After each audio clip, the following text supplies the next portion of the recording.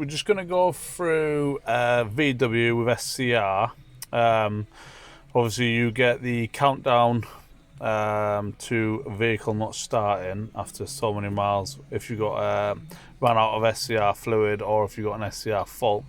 You obviously need to reset that lock after you've completed the service task. Your customer will have, I will show you the message in the screen. So this is the message you'll get. Obviously when you get to 0, you're going to get a no start. So pretty much any diagnostics tool, but this is the Autel version. In here we have actually got some codes that we are going to deal with, but I want to quickly show you. If it is locked, we're going to go to basic settings. In basic settings, you can go reset SCR lock. On this vehicle, you don't need to log in, and it's on the UDS protocol.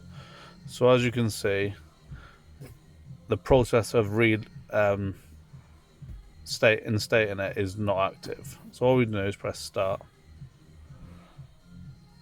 and that's it. So that will reset the starter lock. As you can see, the engine glow plug lights there is flashing, and that will reset it. We escape that. You see the glow plug lights now stop flashing. So that's the SCR starter lock now removed on a VW. Cheers.